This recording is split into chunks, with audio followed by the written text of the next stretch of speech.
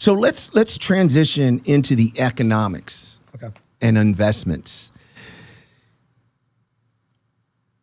What factors influence the value of a luxury watch or a piece of jewelry?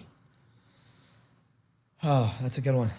That's a good question. I like that. Yeah, let's go, baby. Let's see. 50 years. Yeah. Let's go. It's the rarity and the demand. Okay. Right? You have a diamond. You know, let's say you have a red diamond, right? Red diamond is the most rare diamond in the world. Red diamond. Yeah. Never seen one. Yeah, you'll never see it either, right? Yeah. You know, a piece like that comes in. A red diamond. A red diamond, yeah. It's going to be sold to this royal family. Okay. It's going to be sold to a private investor, locked away in a safe.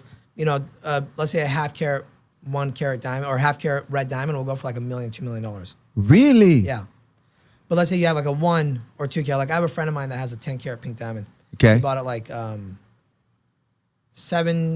longer. I think maybe about 12 years ago for a couple $100,000. That diamond is worth whatever he wants it to be worth. Because of the rarity. Yeah, because it's like, go get it. Go find the diamond. But it's just, that's the rarity of it, right? You see some of these Pateks and these watches going on auction for $15, $20 million. I mean, is it really worth $15, $20 million? Maybe, maybe not, but it's what somebody's willing to pay for, right? Because the watch doesn't exist. Okay. Right? You have some of these more modern watches and people go, well, I want something that in 30 years it's going to be the most collectible.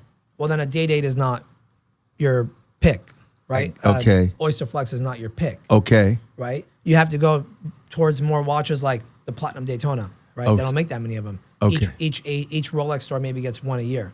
Okay. And they're going to give it to their highest client. One a Or year. a Rainbow Okay. Daytona. Okay. Pieces like that, the rarity of it, right? There used to be these Daytonas with ruby baguette bezels. I don't know if you remember those. So they had like ruby bezels, soda-like dials, sapphire bezels. Those watches 5-6 years ago, we used to buy them and sell them for $40,000, $45,000. Nobody even wanted them. What are they now? Leather straps. I just sold one with a sapphire bezel and a soda-like dial. One of the rarest combinations, right? The guy that bought it, you know what's funny? I'll tell you the story. It's a crazy story. I gotta see. So that. this soda-like dial and sapphire bezel, I bought the watch 6 or 7 years ago, and I wholesaled it to a dealer in New York. Okay. Right? Really good friend of mine. I do a ton of business with him. I sold him for like $38,000. And I had a couple really big clients coming in from Dubai. And like I said again, right?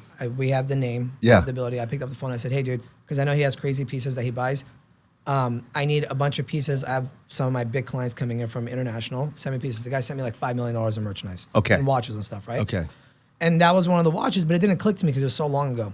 And I sold the watch, and today the watch is worth $190,000. Was it the same watch? You know, it's crazy, right? So I'm like, I sold the watch. Guy's going crazy over it. The cheapest one next to it is $220,000. And I'm like, I'm sitting there, and I'm going through my invoices. I call him. I said, hey, dude. I said, was this the watch? Sorry, that I sold to you? He started laughing. He goes, yeah, it is. He goes, I wish you didn't notice. I said, you know, more power to you. The guy bet. He held it. Yes. And made that kind of money. Yeah, because he knew. He knew. This guy, 6-7 years ago, was telling people he's one of the biggest dealers and probably the nicest guy, easiest person to do business with, right? Me and my brother always say business should be easy. If you make business easy, you'll be successful. Okay. And that's why he's successful. Because he makes it easy. He makes it easy, right? He told people 6-7 years ago, hey, in 4 or 5 years from today, you're not going to be able to walk into Rolex and buy a watch. Even a Datejust, you're not going to be able to buy. And people were like, oh, you're crazy. You're crazy. You're crazy. But they respected him so much in the business. Yeah. They weren't calling him like a lunatic. They were still doing business with him, right? Yeah. But the guy was right. He held it, made a ton of money. He made a ton of money. And he has a lot of pieces like that. Does he? A lot of inventory like that where he held it, put it away in the safe, didn't care like, oh, that was his investment, right? That is crazy. Some people buy gold. Some people buy this. Some people buy that. But that's what I always tell people. You get a nice piece that's hot that people don't make, that they don't make too many of, right? Like let's say the Sprite. It's a left-handed Rolex. Rolex is not going to produce that many of it. It's a left-handed Rolex. A left-handed Rolex. Have you ever seen the Sprite? No. It's the one with the green and black bezel. Okay. The GMT. Okay. And the crown is on the opposite side. It's on the left side of it, right? Oh, that's crazy. Yeah. So Rolex, they might produce it forever. Yeah. They might not. But that's something that you can buy, hold on to. Okay. Right? Maybe in 10, 15 years, 20 years from now, it might be worth, I don't want to sit here and say it's going to be worth $100,000, $200,000. Yeah. But it'll be worth some money.